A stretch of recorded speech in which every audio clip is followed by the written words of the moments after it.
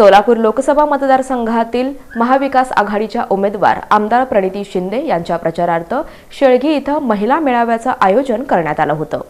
सोलापूर लोकसभा मतदारसंघातील महाविकास आघाडीच्या अधिकृत उमेदवार आमदार प्रणिती शिंदे यांच्या प्रचारार्थ प्रभाग क्रमांक 2 मधील दादाश्री लॉन्स शेळगी इथं स्थायी समितीचे माजी सभापती केदारनाथ उंबरजे मित्रपरिवाराकडून महिला मेळाव्याचं आयोजन करण्यात आलं होतं। या मेळाव्यात काँग्रेसचे प्रवक्ते प्राध्यापक अशोक निंबर्गी, माजी महापौर महेश कोठे, स्थायी समितीचे माजी सभापती केदारनाथ उंबरजे, माजी नगरसेवक उदयशंकर चाकोते, आमदार प्रणिती शिंदे यांनी आपले विचार मांडले। 2 कोटी रोजगार प्रत्येक वर्षाला सरकारी नोकरी संपूर्ण भारतामध्ये देऊ म्हटलं। 10 वर्षामध्ये 20 कोटी रोजगार देण्याचं वचन नरेंद्र मोदी सरकारने दिलेलं होतं। या 20 कोटी रोजगारामध्ये 20 जणांना तरी सोलापुरात नोकरी मिळाली का? कोणत्याही प्रकारची नोकरी सोलापुरामध्ये सोलापूरच्या युवकांना मिळालेली नाही। सोलापूरचा युवक शिकलेला आहे, सोलापूरचा युवक हुशार आहे, बुद्धिमान आहे, पण याला नोकरीसाठी पुणे, मुंबई, हैदराबाद, बेंगलोर शिवाय याला नोकरी मिळत नाही।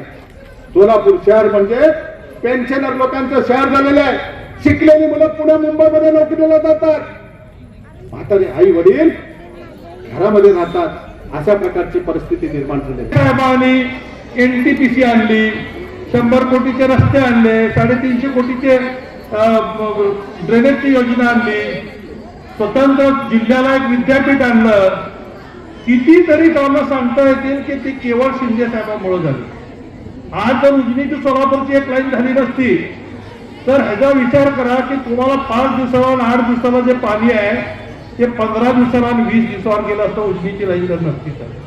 पण ह्या भाजपवाल्या आंधळ्यांना दिसत नाही, ती विचारतात शिंदे साहेबांनी काय काम केलं। ते काही त्यांनी तो आपल्या समोर सगळे हे सांगितले की आपल्या सगळ्याला वाटलं की काँग्रेसला एवढं वर्ष दिलंय, बघूया एकदा देऊन मोदीला, आणि म्हणून आपण सगळ्यांनी मोदीला निवडून दिलं। सुशील कुमार शिंदे साहेबांना सुद्धा सोलापुरातून पाडलं, एकदा नाही 2दा पाडलं, आहे का नाही? मग काय साध्य झालं? तुम्ही शिंदे साहेबाला पाडला, पण ज्यांना निवडून दिला त्यांनी काहीतरी केलं का आपल्यासाठी? याचा विचार आपण कधी करणार आहोत का? काय काय बघतो, घर चांगलं आहे का नाही, मुलगा चांगला आहे का नाही, कुठलं व्यसन आहे का, बाहेर काही लपडं बिपडं आहे का, सगळंच बघतो ना आपण। आपली लेख लग्नाचा तयारी करत असताना एवढं बघतो, तर आपलं मत देताना देखील अशाच पद्धतीनं बघितलं पाहिजे। मध्ये आदरणीय प्रणितीताई शिंदे हे आमदार आहेत। गेल्या 15 वर्षापासून त्या ठिकाणी ते विकासाची कामं करत आहेत, म्हणून 1दा नाही 2दा नाही 3दा त्या ठिकाणी लोकप्रतिनिधी म्हणून त्यांना उमेदवारी दिली आणि त्यांनी निवडून आलेले आहेत। म्हणून या ठिकाणी अनेक वेळा भाजप सरकारने 5 वेळा या ठिकाणी खासदार म्हणून 5 वेळा उमेदवार दिले आणि 5ही वेळा या ठिकाणी उमेदवार त्यांनी बदललेले आहेत। जसं काम व्यक्ती करत असतो तिथं उमेदवार बदलत नसतात, परंतु प्रणितीताई देखील त्या ठिकाणी काम केले म्हणून सातत्याने 3 वेळा त्यांना त्या ठिकाणी उमेदवारी दिली आणि त्यामुळं उमेदवारी त्या ठिकाणी घेऊन त्यांनी आपल्या या सोलापूर शहरामध्ये जे विकासाचे काम आहेत ते करण्याचा त्यांनी प्रयत्न केलेला आहे। म्हणून आपल्या महिलांचा प्रश्न त्या लोकसभेमध्ये मांडण्यासाठी महिला प्रतिनिधीला आपण पाठवणं महत्वाचं आहे। आम्हाला माहित आहे, कारण मी सुद्धा ट्रान्सपोर्टर आहे, सुद्धा ट्रक आहे, म्हणून मी तुम्हाला म्हणतो, सगळ्यांना हात जोडून विनंती करतो की तुम्ही ना काळमध्ये ताईंना मतं द्या। कारण का ताई आली 100% ते काय बघत नाही, त्यांचं ते दुर्गारूप तुम्ही नंतर बघेल, त्या दुर्गारूपचं तुम्ही वेगळं काम करायचं ते धाडस बघा। ते 100% काम कुठं असो नसो तुम्ही ते तुम्हाला काम करून दाखवा। 10 वर्षाखाली म्हणालेले IT पार्क येणार आहे, 10 वर्ष झाले एक पण पार्क, IT पार्क सोडा एक पण उद्योग सोलापुरात आला नाही।